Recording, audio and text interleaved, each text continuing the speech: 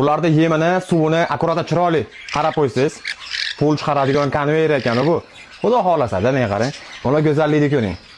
Bu xudo xolasa o'sha ancha katta bo'lib qoldi. Bu eski videolardan ko'rsatganimda mayda biligida 10 kun, 12 kun nari berib bo'ldi bularga.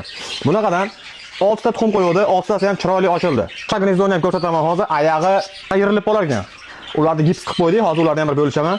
Shoti yirilib qolganda gips qilib qo'ydik. Buni bir akamizning videosida ko'rdim. Bularni o'zi necha kontrol qilib turish kerak ekan, e'tibordan qoldirmaslik kerak ekan. Ochdimi, ochda hisobmas ekan. Mana oyog'ini ko'ring ekan bo'lsa, mana qilib gipslab qo'ydik. Choti yirilib ketib qolib, bir qarasam teskari turibdi bunday qilib. Gnezdodan chiqib olsanglar, sizni byudjetingizga byudjet qo'shilgan bo'ladi, xudo xolasa.